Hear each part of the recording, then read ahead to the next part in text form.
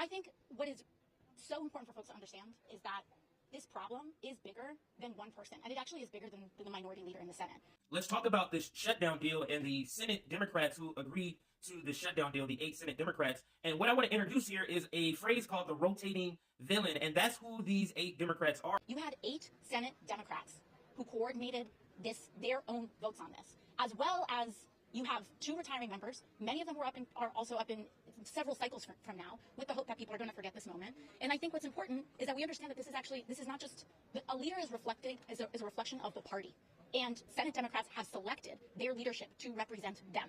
We must acknowledge that if leadership is involved in orchestrating this, and that is Chuck Schumer or Dick Durbin, who is second in command in the Senate, we have to understand then that means the entire Democratic Party was on board for doing this, because that is the leadership. So if the leadership is on board, then why do we have just these 8 Democrats? This is where the rotating villain concept comes in, where the Democrat or Republicans do this too, but it's where a political party picks a person or a group of people that will take the brunt of the sort of backlash to a decision that the entire party has decided, but they don't want the entire party to take the brunt. So they pick a person to take the fall, and in this case, it's these 8 Democrats. It is a terrible vote. What it will do, Rachel, is raise health insurance premiums that are already sky high. It's going to double them, in some cases triple and quadruple them.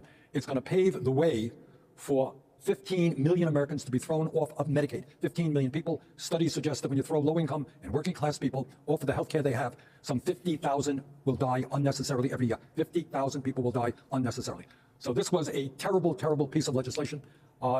Democrats, as you just indicated, had the wind at their backs. They came off an extraordinary election. We came off last month having 7 million people coming out and say, no kings in America. This action is not merely a capitulation to Trump, but deliberate collaboration with the Republican administration under conditions of deepening political, social, and economic crises for American capitalism. It is a calculated decision to save the fascist administration as its position become more and more precarious. The Democratic reversal is not due to fear of the strength or popularity of Trump. On the contrary, it follows a series of events which demonstrate the vast popularity or popular hostility to this government, and particularly to Trump's increasingly dictatorial methods. And what we lost in this vote is not only the suffering that's going to take place with people can't afford health care. You're going to have a president who says, see, I always told you, the Democrats are weak, and yes, I'm an authoritarian, I want more and more power, and you can't stop me. Just at the point of Trump's maximum vulnerability, the Democrats intervened to prop him up. Within 3 days of the electoral rout of the Republicans in the off-year voting, Senate Democrats had begun to signal they would shift their position on the budget resolution.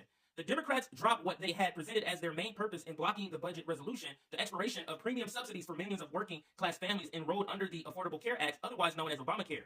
After claiming for weeks that the subsidies